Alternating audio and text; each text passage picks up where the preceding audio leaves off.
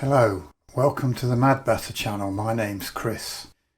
If you find this video interesting and or useful, perhaps you'll consider giving it a like and possibly subscribing to the channel, which will be a great help. Many thanks. About a year ago, Adobe updated the Lightroom masking function, effectively selections. The interface is much more modern and easier to use than the traditional selection methods in Photoshop. Similar changes were made in Adobe Camera Raw within Photoshop. But of course these selections can only be used in the Lightroom Develop module or Adobe Camera Raw and cannot be transferred within the main body of Photoshop. And of course Photoshop has so many more functions than the Lightroom Develop module or Adobe Camera Raw, including layers and blend modes. So in this video I will show you that all the masking functions in Lightroom can be done in Photoshop itself, even if the interface is not as easy to use. There is so much to talk about that I suspect I will need to do a second video to prevent this from becoming too long. So first of all, I'll demonstrate some of the Lightroom masking functions we now have by putting an effect on an image which seems to have become popular in YouTube recently, which is putting a sort of a lighter highlight effectively behind the main subject. Here we are with an image of yours truly, and as you can see it's a simple JPEG, no layers or anything, and no amendments have been made to the image. In fact, the image was made up by cutting myself out of a holiday photo and putting it on top of the fence image and flattening it to a JPEG. In Lightroom we can make this effect in one of two ways. First we need to open the masking function. In the first method we'll start with a radial gradient. So we'll put a gradient around myself, and this will be the extent of the background halo. So that looks like the sort of thing. And then we need to subtract the subject. So we go subtract, select subject, and there we are. Our selection now looks like it's behind the subject, and now we can make our adjustments. So we'll increase the brightness, maybe make it a bit warmer, a touch of dehaze, and there we have our halo effect, which you can turn off and on. This of course is the intuitive way of creating this effect. You make the radial selection for the halo and then just subtract the subject from it. But as we'll see, you can't do that in Photoshop. The other good thing about this is you don't have to worry about the amount of any feather, because even though we've finished the selection and indeed added effects to it and even close down the masking function, you can at any time go back in, open the masking function, go to the radial gradient, and you'll see there's the feather. So if I show the overlay, you can remove the feather after the effect or make it even better, bigger rather. So that's with the maximum feather and that's with no feather, so you can do it to taste. Again, that is not really possible in Photoshop, or certainly not as simple as a single slider. So here we are now in Photoshop, and in looking at the selection functions we're going to be concentrating on these four buttons here, which will appear in the top left of the screen when you choose any selection function. So let's go with the elliptical marquee tool, and here are the four buttons. The first one is when you want to make a new selection. The second is when you want to add to an existing selection. The third is when you want to subtract from an existing selection. And the fourth is where you want to intersect two selections. And we'll also be looking at the quick mask mode, which is this button down here, the second from the bottom, although it's easier to access simply by pressing Q on the keyboard. So first, let me show you why you can't use the more intuitive method that we've just looked at in Lightroom.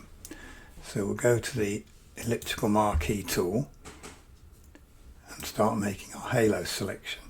If after you start drawing you hold the Alt or Option key, it'll draw from the centre, which is much easier to control. So there we are. Now we've chosen the intersect selection button, so now we'll go select and subject, and you'll see that Photoshop won't let you intersect, it'll simply discard the current selection. So this method isn't going to work. So we'll cancel that and press Ctrl and D on the keyboard to get rid of the selection. So now we'll look at making the selection in the second method I showed in Lightroom. So we'll start by select and subject. There we go. Now you see it's surrounded by the so-called marching ants. It's quite difficult sometimes to see what's selected, and the marching ants are not a completely accurate representation anyway. So this is where quick mask mode comes in. If you press Q on the keyboard, there it shows you exactly what's been selected. And if I double click on the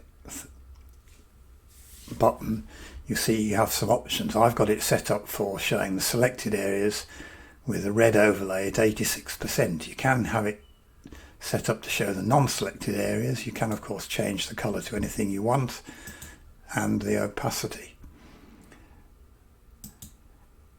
So having selected the subject, what we actually want is the opposite of that. We want to select everything but the subject. So we need to invert the selection, and you do that by going to select and inverse, or press Shift Control I or Shift Command I.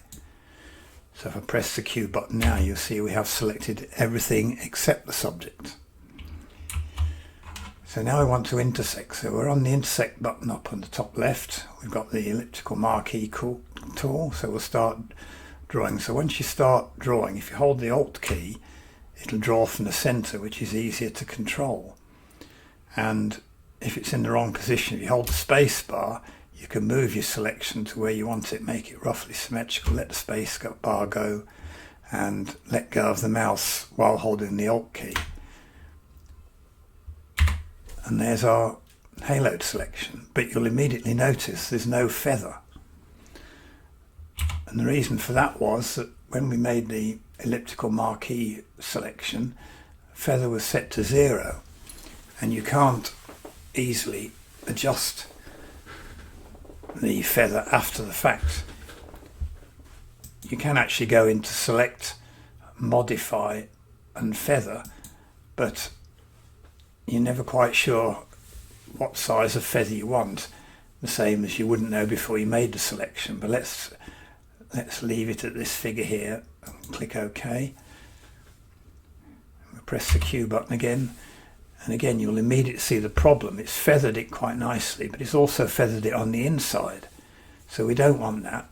So we'll press Control or Command and Z to get rid of that, and again, so we're back to having no feather. Now the way around this problem, where you only want to feather one side, is to go into quick mask mode. And the other thing about quick mask mode is the red overlay, which is the selected area, you can apply any of Photoshop's tools to that to amend it.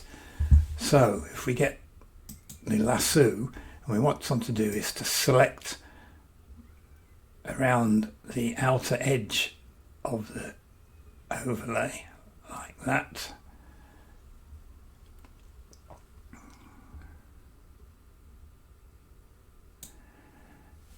And now we can go and blur. So go filter, blur, Gaussian blur. It'll only blur within the selected area. It won't blur on the inside, and that's obviously far too much. So something like that, maybe. Click OK. Control and D to get rid of that selection. And there we have our halo selection. Q to get out of quick mask mode. Now if we want to make an adjustment, the best way to do it is by way of an adjustment layer, because it's more flexible.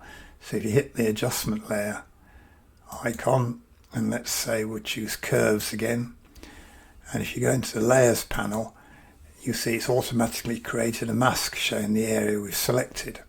So we'll double click on here, and as in Lightroom, we'll increase the brightness a bit. We don't have a temperature slider as such, but we can emulate that by putting in a bit of red,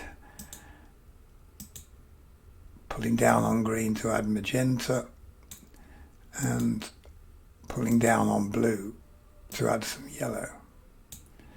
And so there's our halo. You can of course switch it on and off. Now if you want to do a different sort of adjustment, rather than going through all that again, you can simply hold down the Control Command key and click on the mask. It'll make another selection. We can add another adjustment there, let's say a photo filter, and we'll choose this blue, this orange colour, increase the opacity a bit, and now we have a different type of halo. We can select the other one, we can have either or both on.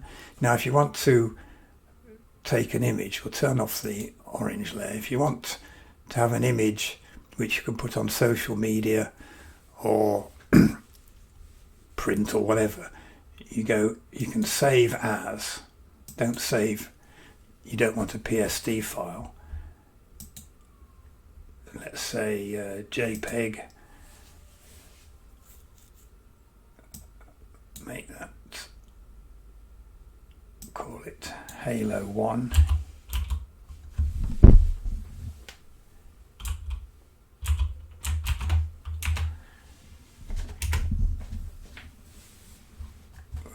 Let's say 8 for a reasonably good image, and click OK. And there we are. So if we go into the folder where I just saved that, Halo 1, I misspelt it as Holo 1. And here's our JPEG image with that halo in it.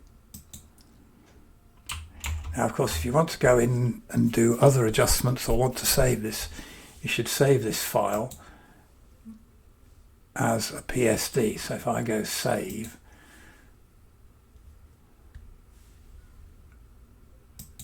call it Chris Halo PSD, spell it right this time. So now we can come back at any time and add more adjustments in this image. Now if you want to use layers and blend modes, we need to get the selection onto a new layer. So let's turn off the adjustments, highlight the background and control click on this mask to get the selection, and now press Control or Command J, and that will move the selected area onto its own layer. So I switch that off, you can see there's the halo bit. And now we can apply all sorts of different things. We can try blend mode, so let's try overlay, it gives a bit more contrast, and switch on. You see, it makes it more contrasty. We could try multiply, which would make it darker, screen, which would make it lighter. But we'll go back to normal for a minute, and of course you can also, by double clicking on an empty area of the layer, you can also apply layer styles. So I don't know, we could try adding a stroke.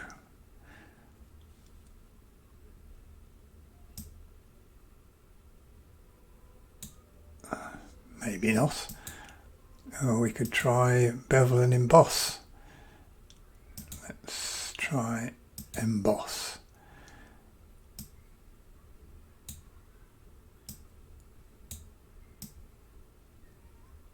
I mean, these are not particularly useful in this context, but you can see the options are fairly endless. So we'll cancel that. So you can see if you do this sort of selecting in Lightroom, in Photoshop rather than Lightroom, you do have a lot more options. for effects. You could also, for instance, add a pattern overlay. So if we control click here,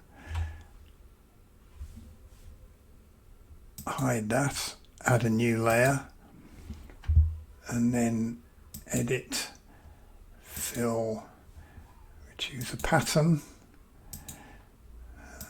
What should we go for? Let's try water. Again, not much sense in the context of this particular image, but it shows you all the possibilities that you might be able to do. We could try multiply, screen, soften. I mean, the possibilities are literally endless. Anyway, we'll get rid of that. It doesn't look sensible in the context of this. So that's how you can use Photoshop in the same way as you use Lightroom in terms of masking, to get a lot more options for effects. This video is now getting rather long, but we're back in Lightroom, and of course under masks we haven't yet looked at linear gradients or brush masks. I think I'll have to postpone that to part 2 of this video. So I hope you found this useful, and thanks for watching.